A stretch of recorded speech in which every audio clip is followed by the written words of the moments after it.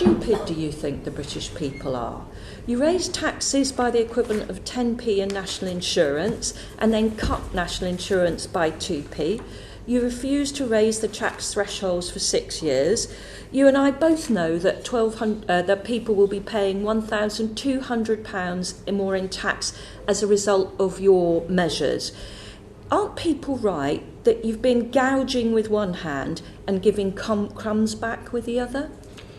That is absolutely not what has been happening. I think it was absolutely right that we helped businesses through the pandemic, protecting 9 million jobs, meaning that we had one of the fastest recoveries from the pandemic of any large European country. And I think it was absolutely right, about £400 billion of support there, and about £100 billion of support in the cost of living crisis caused principally by the invasion of Ukraine. And I don't remember anyone on your side of Parliament or on mine saying that was the wrong thing to do, or indeed that was gouging. What they said, actually, we were right to step in and help families. But we're also honest with people that if you want to give that kind of level of support, then you have to pay for it. Now, what is different about the autumn statement is that having gone through a period where taxes had to go up in order to give that support, we're now in a position where, with inflation halved, with nearly every economic forecast increasing our growth rate, we are able to start to reduce the tax burden. Can I ask how much tax do you think it's reasonable for a police sergeant, a senior nurse or a deputy head teacher to pay? Well, as a result of the cuts to national insurance, an average teacher will get about £630 more next year. A nurse will be at about £520, a police officer about £630 reduction. That is a step towards relieving the pressure, but I wouldn't say for a moment that they haven't seen, as everyone has seen, just let me finish, they haven't seen their taxes go up. I'm sorry, we get to be members of this committee and ask you questions rather than you tell us how long you're going to speak to us at.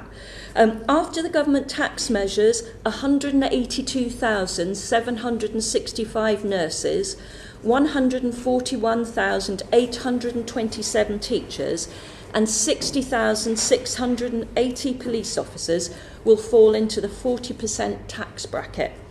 Is that who the upper tax bracket was intended for? Well, one of the ways that we raised money, and by the way, all I was trying to do was answer your first question, so if you were kind enough to let me answer your questions, I will do my very best to do so. Now, you asked me about the freezing of tax thresholds, which I'm happy to talk about. It is true that one of the ways that we were able to fund that extra support for families during the pandemic and the cost of living crisis was by freezing tax thresholds. We then had a position in this autumn statement where it was possible to relieve tax pressure, and I took the choice to concentrate those efforts in areas that would grow the economy the most. And that was why Paul Johnson said yesterday that if you're going to reduce taxes, these were the right taxes to reduce. The national insurance cut that we were talking about means that you get about 100,000 more people, full-time equivalent, into the workforce. That helps growth. The business expensing increase in tax relief, full expensing, means that we will increase investment in the economy over the next 5 years. Well, let me finish. By the 14, people you intended to go into the upper tax rate. How do we pay for schools? How do we pay for hospitals?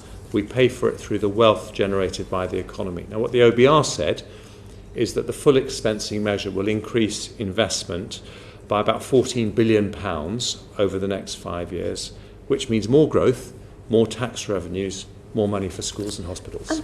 Chancellor, could you remind me, who was it that said, if you put your hands into people's pockets and take money out of them, and they do not see visible improvements in the services they receive, they get very angry indeed. Our public services are crumbling, our rivers are full of sewage, 8 million people on NHS waiting lists, the highest since records began, and taxes at their highest since World War II. Do you think that the voters may be very, very angry by the time we get to the next election? Well, I think the voters are very realistic that Whose we have quote had. was that, Would by you the like? way? Sorry. I'm very well. I hope you'll tell me. You. Right. Then it's a very wise comment, and I think voters are very realistic about the fact that we have been through a global shock with the pandemic and a global shock with the energy crisis, and they want to see improvements in public services, and that's why they welcome the fact that, for example, since 2010, crime has halved, excluding computer crime and fraud, which weren't measured in 2010, but violent crime, burglaries have halved, that school standards have risen to their highest ever, that we have more doctors and nurses in the NHS, although it's still struggling to recover post-pandemic. But absolutely, I want to see standards in public services going up. And when it comes to river pollution, that's why I'm very pleased this government has required the water companies to invest over £50 billion over the years ahead to clean up our rivers. I don't want to end on a bad note, so I wanted to. I know you wouldn't. So I want to congratulate you on a historic first. The first Parliament ever since records began where household disposable incomes actually fall. Living standards will fall by 3.1% between December 2019 and January 2025. Households on average will be £1,900 poorer at the end of this Parliament than at its start. Do you think that's a proud record? Well, what everyone knows is that there are reasons why not just the UK but the whole world is seeing that pressure on living standards because of the exceptional events that we had with the pandemic and the energy crisis. But I would just point you to the fact that a year ago the OBR said that living standards were going to fall by 3.7%, and they've actually gone up by 2.5%. So under good conservative economic management, things turn out better. I don't think that's how people are feeling. Thank you, Siobhan.